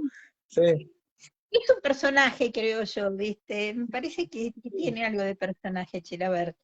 Sí. Pero Con bueno, Ruggeri mucho no. Con Ruggeri prefiero no tomar un no, café, no. ¿no? No, no, nunca se llevaron bien. Bueno, me Yo me acuerdo de acuerdo de todos dos ellos. partidos. ¿Sabes que yo me acuerdo de dos partidos de River y San Lorenzo, uno a favor, uno en contra? Uno que nos ganó San Lorenzo la final con gol de Figueroa, año 72 en la cancha de Vélez. Que Chazarreta pateó un penal, creo, y la atajó, creo que Perico Pérez todavía jugaba. Y una vez que River le gana a San Lorenzo 2-0 en el 75, que River después sale campeón después de 18 años. Dos goles del Beto Ah, Alonso, una noche en la cancha de River, me quedaron esos dos.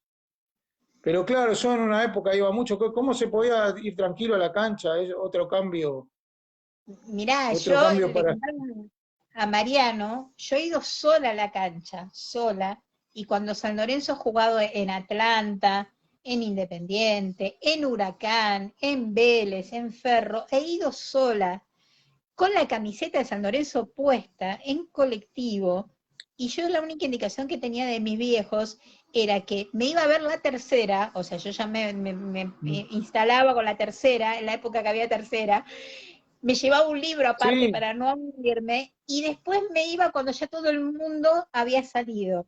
Y además, como en esa mm, época nosotros teníamos la misma platea siempre, porque sacábamos abono, viste, vos ya te hacías sí, amigo de los que estaban alrededor, y me cuidaban muchísimo los hombres que estaban ahí en la platea, hasta acompañarme hasta la parada del colectivo y qué sé yo. Así que, digo, yo iba sola a la cancha. ¿Sí? sí, Y sí, había visitante y local, no era que no iba nadie visitante.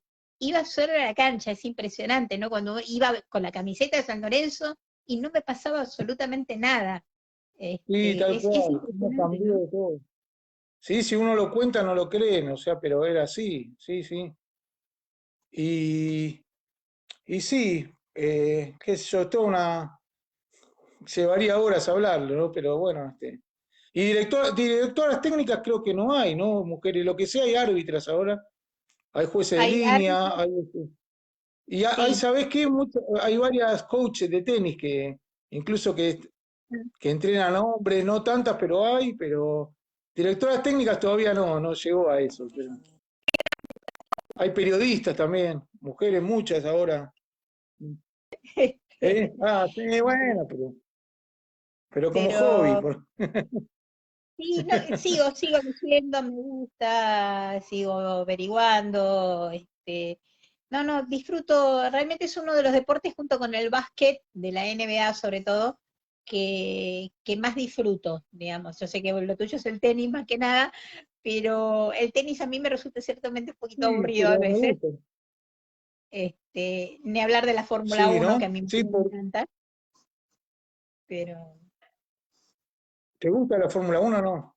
sí, No. yo la detesto, pero a Mariano le encanta, así que Ah, claro, acá no, no, desde que se fue Reutemann, el tema es que al no haber argentinos, un poco creo que bajó el interés por la Fórmula 1, pero creo que tiene que ver con eso, ¿no?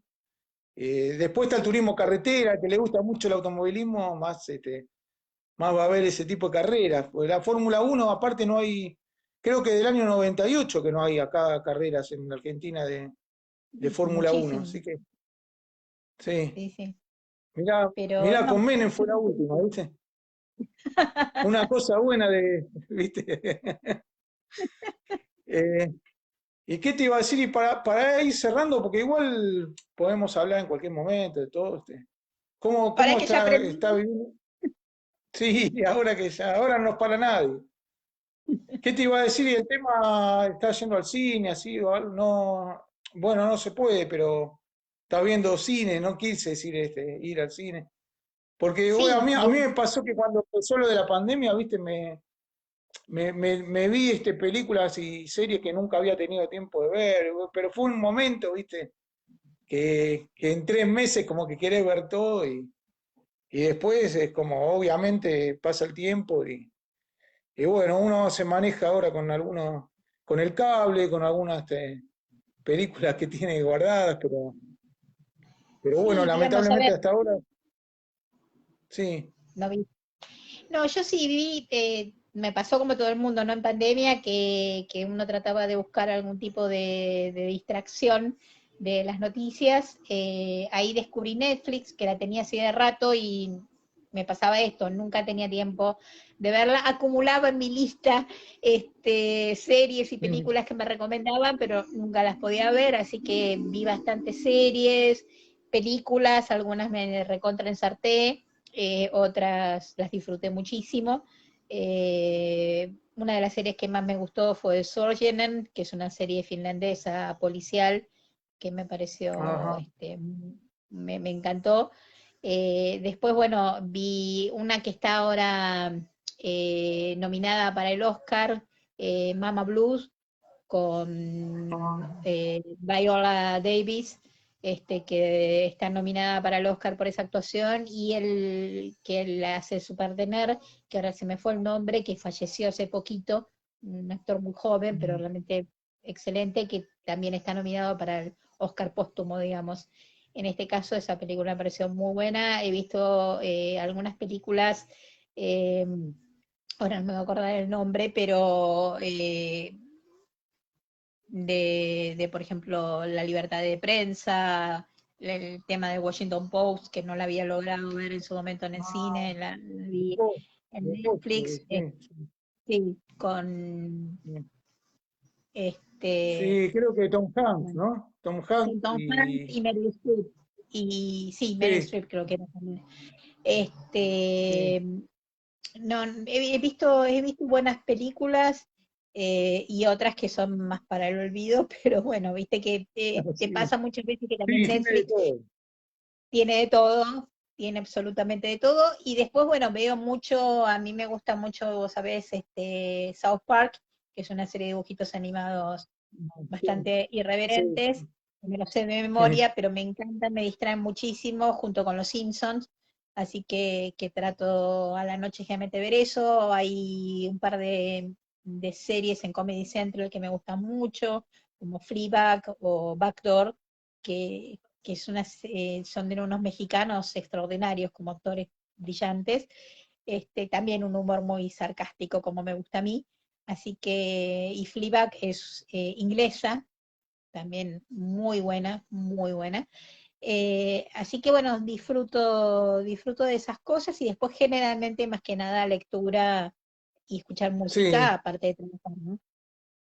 sí, yo también leí y vi bastante, que fue un poco lo único bueno, más rescatable, digamos, de esta época. La verdad que bastante triste por otras cosas, pero sí, eso es lo único que yo rescato de poderme dar en un tiempo para ver películas de Netflix también, algunas, y leer bastante, pero sí, es como que sea un momento que uno está también tal vez angustiado por la situación, y bueno, habrá que ver cómo se reflejan estas épocas después en el cine, en los libros, ¿no? Porque es como es una época que la estamos viviendo, como quien dice, valga la redundancia, en vivo, digamos, en desarrollo, Sí, como dicen en los medios.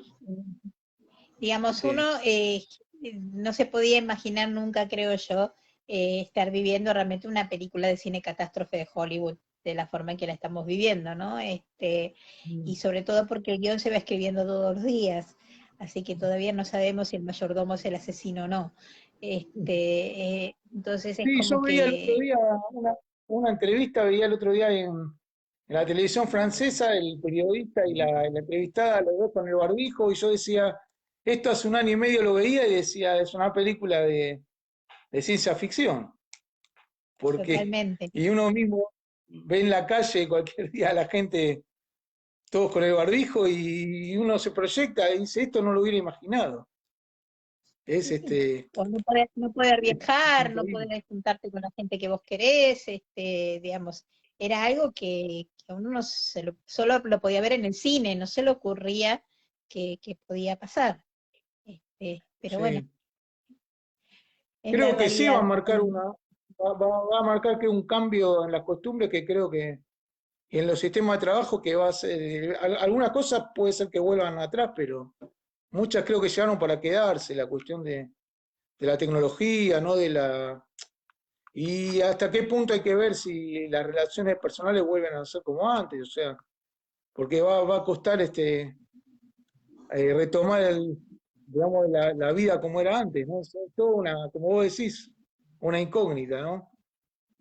Sí, digamos, igualmente yo creo que hay mucho hambre de piel, por decirlo de alguna manera. Me parece que en esto es algo universal. Estamos todos muy, muy desesperados por poder volver al contacto humano que nos robó esta pandemia, ¿no? Y creo que cuando podamos volver a hacerlo, bueno, va a haber muchos sentimientos a flor de piel que nos va a costar poder encauzar de alguna manera, me Sí, parece. sí, sí, sí. Y por último, bueno, ¿cómo anda el tema de los canes? Tenemos que hablar finalmente, ¿no? Por supuesto. Maxi dice, tienen que hacer un programa. Sí. Y Maxi, la verdad que Maxi, bueno, también está, bueno, está más con nosotros, pero bueno, sí, tenemos un fondo, más o menos anda, pero, pero también la sufre, vos, porque, qué sé yo, cambió hasta para ellos, pero. ¿Y qué cómo está? No, yo creo que yo siempre bromeaba con Mariano porque le digo, esta es una confabulación de los perros y los gatos para hacernos quedar en la casa. Diqué está Claro, feliz porque tiene las 24 horas del día, yo estoy claro. haciendo trabajo desde casa, así que va probando todos los almohadones, los sillones, las camas, va un Sí, ratito. Mariano sale a trabajar con él, pero después cuando vuelve estoy yo todo el tiempo. Así que ella lo disfruta, pues aparte es almuerzo con ella también, cosa que nunca en mi vida, porque siempre estoy en el hospital, el desayuno es con ella, la cena es con ella. claro. Así que, no, yo creo que va a sufrir muchísimo cuando yo pueda volver al hospital y a la facultad. Y volvamos a los Ujú, horarios que teníamos, que yo me iba a las 7 de la mañana y por ahí volvía a las 8 o 9 de la noche. claro. Pero no, ella lo está disfrutando muchísimo al principio, sobre todo los primeros tiempos, cuando, digamos, la cuarentena era muy, muy estricta y no había casi nadie en la calle, las plazas estaban cerradas, entonces era literalmente la vuelta del perro, así que hacíamos mucho juego acá en casa. Claro. Una vez que abrieron la plaza de acá de enfrente, la Monseñor de Andrea, bueno, empezó ya a soltarse un poco más en ese sentido, pero bueno, ella está feliz porque yo estoy todo el tiempo, así que en eso Claro. no lo noté. Y es una perra de departamento además, ¿no? O sea, a pesar de ser Sí. adoptada, se acostumbró al Ah, departamento, claro. es un departamento amplio, así que digamos, lugar no falta, tiene balcón y todo lo demás, pero le gusta estar con uno, es Sí, así. nosotros tenemos un fondo, todo. Si no, Max es un perro movedizo también y lo sacamos una Claro. vez por día también a la calle. Pero sí, son todo un fenómeno los perros, la verdad que. Sí, yo también, como vos, siempre tuvimos perros, antes de mi familia con mis viejos y con Susana y Matías también. Siempre tuvimos, aparte de otros animalitos, pero perros siempre hubo acá. Sí, son Sí, sí, insustituibles. sí. No, totalmente. Sí, Nosotros también, toda nuestra vida, tanto solteros como ya en pareja, tuvimos siempre perros, siempre, sobre todo en pareja, hemos tenido perros adoptados. Y realmente es maravilloso porque aparte di que se da cuenta de tus estados de ánimo, se da cuenta, tiene sus momentos mm, de perrita cachorro, como le digo yo, a pesar de que ya es una perra adulta. Tiene su rutina que te obliga a vos con esa rutina en definitiva, sobre todo en los primeros momentos que por ahí fueron los más duros de todos. Así que no, para mí son totalmente insustituibles. Aparte son muy divertidos teniendo en cuenta la situación, o sea, me ha pasado de estar en charlas formales, académicas, y en mi caso no, pero en mi caso me ha saltado alguna que otra vez, yo se la he escuchado ladrar, no ladra nunca, pero en el momento que estás dando una clase ladra, pero por sí. ejemplo estar con otro que tenía otro perro y de repente me acuerdo una señora inglesa muy compuesta, muy seria, y el perro, vos veías que tenía un sillón atrás, y el perro se subía en el sillón y empezó a hacer monerías en el sillón. Y estábamos Ah, hablando de un sí, tema serio, de final de vida, y tuvimos que sí. parar porque todo el mundo se empezó a reír porque mirábamos al perro. lo divertía, el tipo se sí, ponía panza sí, para sí, arriba, se sí. arrastraba, pateaba, saltaba, ¿viste?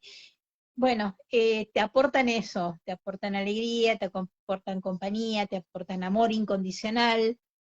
No, yo no Sí. concibo, ni Mariano ni yo concebimos una vida sin para nada.